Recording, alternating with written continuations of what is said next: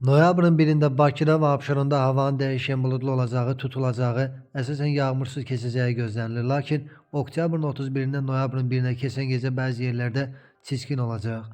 Milli Hidrometeorologiya Xidməti bildirir ki, mülayim cənub-qərb küləyi axşam mülayim şimal-qərb küləyi ilə əvəz olunacaq. Temperatur gecə 10-15, gündüz 19-22 dərəcə isti, atmosfer təzyiqi isə 762 mm civə sütun olacaq. Naxçıvan ərazisində sabah yağıntı ehtimalı yoxdur. Temperatur 18-23 dərəcə isti olacaq. Azərbaycanın əksər rayonlarında da sabah yağıntı gözlənilmir. Bəzi yerlərdə duman olacaq, qərb küləyi arabir güclənəcək. Temperatur gecə 5-9, gündüz 19-24, dağlarda gecə 0-4 dərəcə şaxta, gündüz 5-9 dərəcə isti olacaq. İstənilən hava şəraitində hər birinizə xoş əhval-ruhiyyə arzu edirik.